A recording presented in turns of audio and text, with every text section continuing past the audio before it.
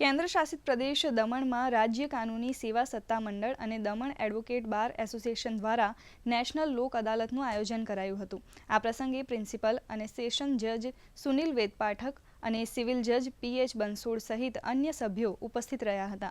ઉપસ્થિત મહાનુભાવોએ લોકોને લોક અદાલતની જાણકારી આપી હતી અને આ લોક અદાલતમાં ક્રિમિનલ, સિવિલ સહિત અન્ય કુલ 138 જેટલા કેસનું સુખદ સમાધાન કરાયું હતું। इसमें प्री लिटिगेशन के केसेस जो 38 केसेस डिस्पोज ऑफ हुए, प्री लिटिगेशन और पेंडिंग मिला के 38 केसेस डिस्पोज ऑफ हुए। लोक अदालत का फ़ायदा ये सारे लोगों को, सारे लिटिगेंट को मिल सकता है। अगर उन्होंने लोक अदालत का फ़ायदा लिया तो उनका केस जल्दी डिस्पोज ऑफ हो सकता है।